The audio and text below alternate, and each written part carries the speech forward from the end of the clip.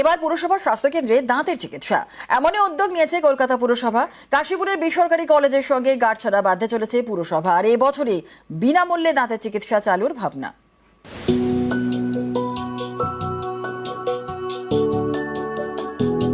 এগুলো সরকারি সুস্বাস্থ্য কেন্দ্র কলকাতা পুরসভার। এখানে বিনামূল্যে বিভিন্ন চিকিৎসা করা হয়। এবার পুরসভার সুস্বাস্থ্য কেন্দ্রগুলিতে দাঁতের চিকিৎসা চালু করা হবে, সেটাও বিনামূল্যে।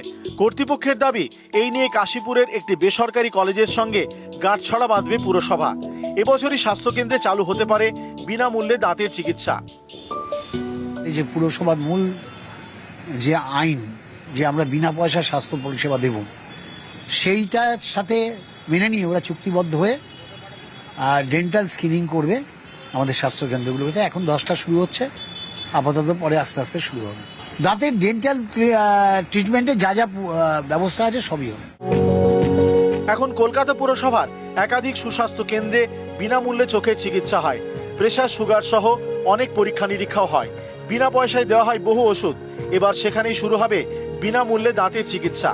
জানা গেছে, প্রথম 10টি স্বাস্থ্যকেন্দ্রে এই পরিষেবা চালু করা হবে, তারপর ধাপে ধাপে সেই সংখ্যা বাড়ানো হবে। অত্যন্ত ভালো, যারা বয়স্ক মানুষ আছেন তাদের দাঁতের যদি চিকিৎসা ওখানে ভালোভাবে হয় তাহলে দাঁতের প্রবলেমটা অনেক কমে যাবে ওনাদের কাছে। মধ্যবিত্ত মানুষ, নিম্নবিত্ত মানুষ, এদের জন্য অনেকটাই সুবিধা হয়ে গেছে। এটা বিনামূল্যে যাতে পরিষেবা দেওয়া যায়, এটাই আমাদের পৌরসভা চেষ্টা করছে। চোখের চিকিৎসার পর এবার দাঁতের চিকিৎসাও কলকাতা পুরসভার স্বাস্থ্যকেন্দ্রে। আপাতত মৌসাক্ষ্য রয়েছে বেসরকারি সংস্থার সঙ্গে। 10টি স্বাস্থ্যকেন্দ্রে পরীক্ষামূলকভাবে শুরু হচ্ছে দাঁতের চিকিৎসা।